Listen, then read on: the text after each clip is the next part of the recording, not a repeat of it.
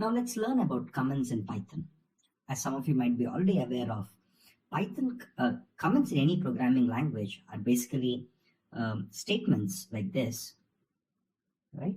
Which are not interpreted by a compiler or your interpreters. So they're not executed, if I have to put it that simply.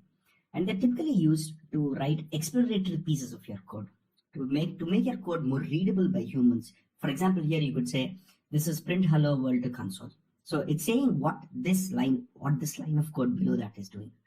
And one of the simplest ways to write comments in Python is to start the line with a hash, with this symbol, which is right above your 3 key on your keyboard, right? So that's the simplest way to write a single line comment. Of course, if you want to write multi-line comments, here is how you can write it.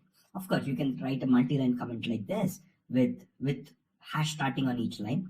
Or a better way to write it is to actually start your comments with your triple quotes. We saw the triple quotes are used typically to represent your strings, right? Multi-line strings. So you can actually start with triple quotes, and this will be regarded as a multi-line comment. Of course, you can use either single quotes or double quotes. Both of them will work equally well.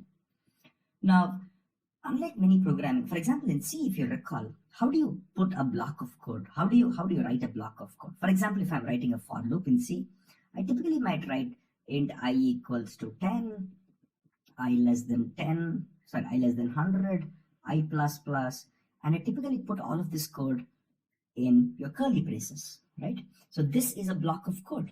This is how I define that all of this piece of code, whatever I write here, will be executed whenever this for will be looped through using your for condition, using your for loop, right? So what happens is, unlike your C, C++, or Java, Python actually has some indentation which is slightly unique. What it does is, so if this is my for loop, so this is a simple for loop. What it says is, for I in range 10. So we'll look at loops in much more detail later.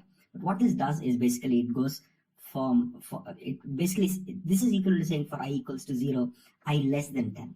This is what it literally means. Because when you print it, you'll see that, right? But you don't see your curly braces. You don't see your C's. You don't notice your C program or Java's curly braces here.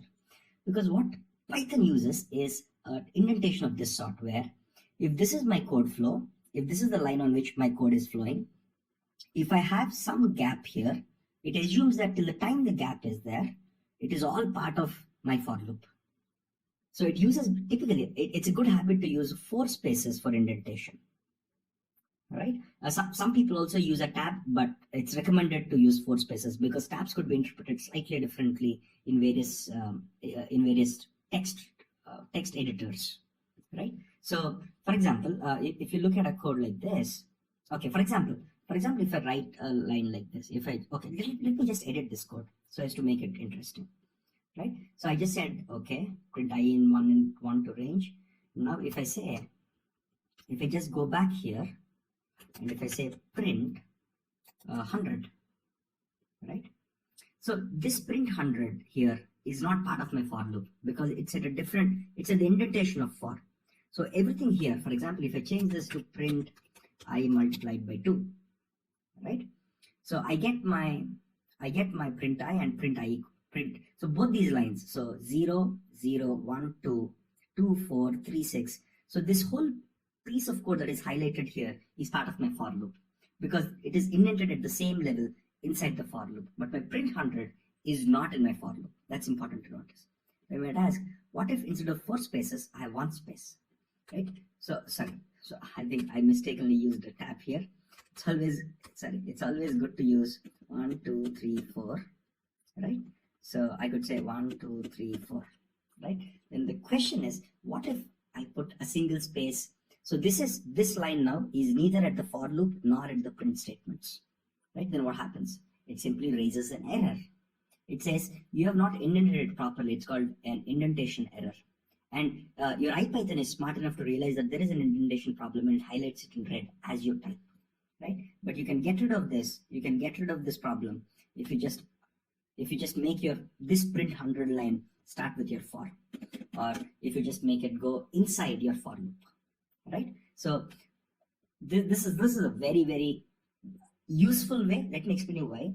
because this makes your code readable. It makes your code look beautiful and interesting to read. Let me show you an example. For example, this is how your if conditional statement looks like in Python. I'll promise you. I promise you that we'll look at the if-else conditions in more detail.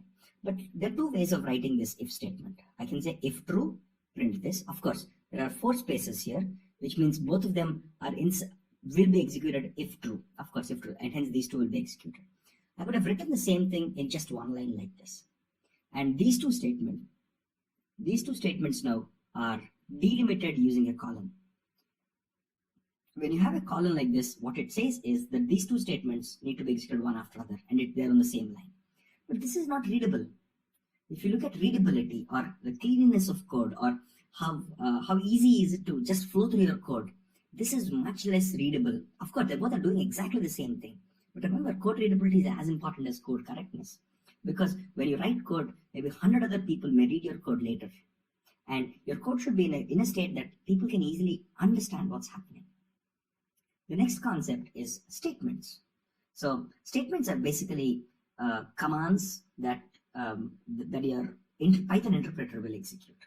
Okay. So for example, what does this do? It basically assigns a value of 1 to a variable a. This is a simple statement. Let's look at slightly more variations of statements. So this is called a multi-line statement, because your whole statement, your 1 plus 2 plus 3 plus 4 plus 5 plus 6 plus 7 plus 8, is split over multiple lines. So when you're splitting your whole statement across multiple lines, it is mandatory that you use this backslash symbol at the end of the line, telling the interpreter that, okay, what comes in the next line is actually part of the same line, right? So when you execute it, you'll get print A, you'll get 36, which is the sum of all the numbers from 1 to 8. It just works like magic. The other way to do multi-line statements, instead of using a backslash, if you put everything in your parenthesis like this, the moment you open a parenthesis like this or a small braces, it understands that till the time the braces are closed, everything is part of the same statement, and everything will work like a charm. The third type of statements that we will see is you can actually have multiple statements on the same line. In this case, we had a single statement spanning across multiple lines. We could have multiple statements in a single line, probably for brevity or for shortness if you want to write it. If you want to write short, quick snippet of code, this is how you can write it. Of course, here 10 is assigned to A, 20 is assigned to B, and 30 is assigned to C. The most important thing is the semicolons. If you notice, we haven't put semicolons anywhere else, but if you don't put a semicolon here, it will raise an error. It will raise an exception. Okay. As long as you put your semicolon, it knows that, okay, this is one statement, this is another statement, and this is another statement. So the delimiter between multiple statements in a single line is nothing but your semicolon.